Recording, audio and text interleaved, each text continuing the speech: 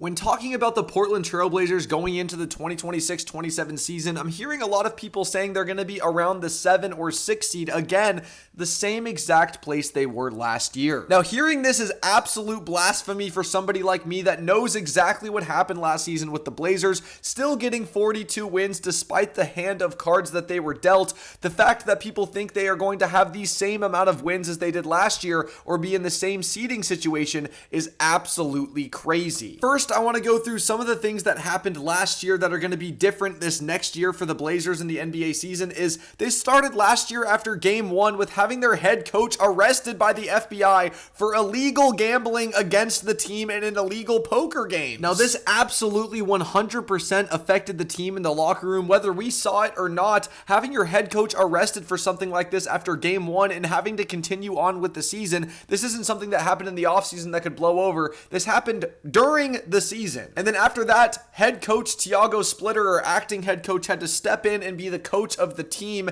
and he has no head coach experience, somebody that's kind of just getting thrown right into the fire with this team. And going into next season, the Blazers have a new head coach, Mike Inori, with real experience in the playoffs, deep playoff runs, even kind of being the head coach during that 2024 playoff run when Chris Finch tore his knee. Now, I feel like I could end the video right here and say Mike Inori, new head coach coming in for the Blazers. They don't have to go through their coach getting arrested by the FBI after game 1. The Blazers are in a better spot for next season and they will win more games, and that would be a good point. But guys, there is so much more. Before the season even started, Scoot Henderson tore his hamstring, leaving him out for a large majority of the season, up to 55 games, I believe, of him missing the season. Now, this hurt the team dramatically when it came to point guard depth, and they really had to rely on Blake Wesley to kind of come in and be that backup one behind Drew Holiday. That was until Blake Wesley broke his foot, and he was out until February. He broke his foot in the 6th game of the season,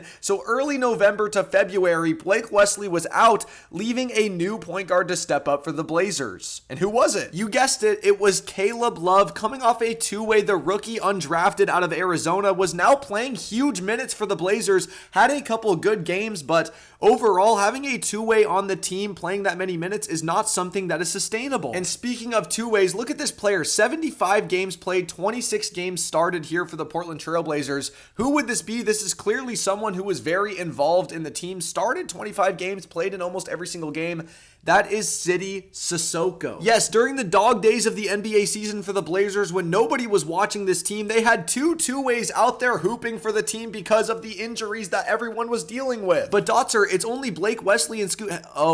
Drew Holiday also missed multiple months with a calf strain, so they're left with basically no point guards on the team available to play. So that led Denny Avdia to basically step up and be the starting point guard for the team. A 6'8" forward is now playing guard because there's no one else on the team to play point guard. And what was he doing during these times of playing point guard? Well, take a look for yourself. Look at these stat lines when Denny was out there playing the lead guard position. He was absolutely cooking. It was this stretch of games that really led him to be a solidified all-star. Okay, so quick summary of everything that happened in the first little half of the season for the Blazers. Their coach gets arrested by the FBI. They have no point guards on the roster available to play because Scoot Henderson, Blake Wesley, and Drew Holiday are all hurt. So they have to move Denny to the starting point guard, all while being coached by a head coach that has never been a head coach in the NBA. And if you thought the second half of the season, the injury luck would turn around for the Blazers, where that is the exact opposite of what happened. We had Shaedon Sharpe get an injury that actually was a lot longer than expected, and he didn't come back until almost playoff time. And Shaedon Sharpe was averaging around 21 points per game for this team. He was a huge help without all of these players that were injured. Shaedon was one of the only scorers left on the team. And it wasn't just him. Denny was also dealing with a back injury during this stretch of games where the Blazers started to win.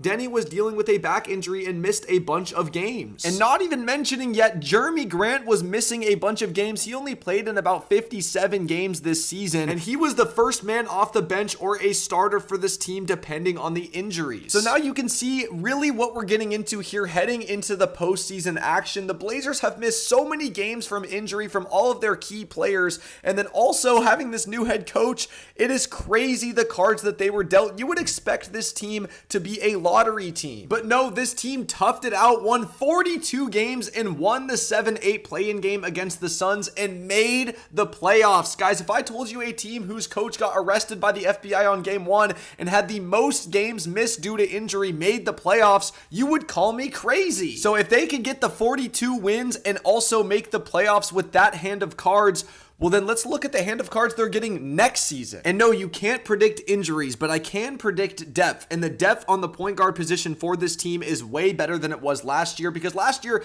the team led the entire league in turnovers by a mile. So obviously we already discussed coaching. The Blazers have a solidified head coach that won't be gambling against the team, but also they are getting back all-star Damian Lillard, a point guard, to the team. And last time Dame was playing basketball, he was averaging around 25, 4.7 rebounds, 7.1 assists on 45-37 shooting on 9 3-point attempts per game. And obviously Dame missed the entire last season recovering from his Achilles, so they're adding Damian Lillard for absolutely free. They don't have to give up anything to add an all-star, all-NBA point guard to the roster. And the Blazers are also adding Ja Morant to the team, another all-star, all-NBA point guard who hasn't been playing like that recently, but it's also because of injuries and other things going on off the court with him. So the Blazers added Ja Morant, but for what cost? They gave up Jeremy Grant, who only played in 57 games anyway and was injured for a majority of the season, and they also had to give up Chris Murray, who was a player that barely played on the team anyway as well. So the team is adding 2 all-star, all-NBA point guards to the roster for basically free, and we're expecting them to get worse. And not only that, now Denny Avdia can really play a forward role on this team, which is what we've wanted from him for so long. He doesn't have the entire load on his back anymore. And the depth for this team is ridiculously better than it was last season. Having to play 2 ways and start them in 25 NBA games,